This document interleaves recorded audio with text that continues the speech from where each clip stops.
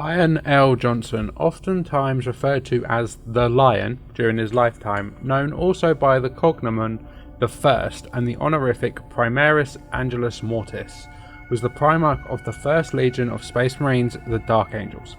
Following the events of the Horus Heresy, L. Johnson and his crusading fleet returned to his homeworld of Caliban.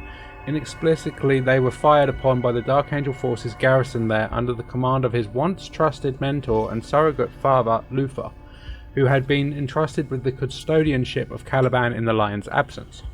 Luthor would eventually betray the Lion after allowing himself to be seduced by the Office of Chaos, rallying a good portion of the Dark Angels who had been left behind by their fellows to garrison the Legion's homeworld to his course and attack the Lion's fleet as he returned to Caliban. The titanic struggle between the two former friends resulted in the destruction of Caliban and the loss of the Dark Angel's Primarch, as well as the escape of Luthor's allies who had sided with the ruinous powers.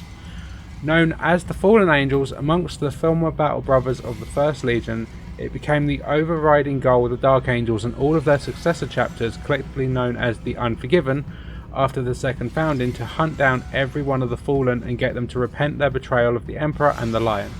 Perhaps one of the greatest secrets of the Imperium of Man, known only by the Emperor himself, was that the Lion was still alive and resting in stasis, buried deep within the Dark Angel's mobile fortress monastery, The Rock.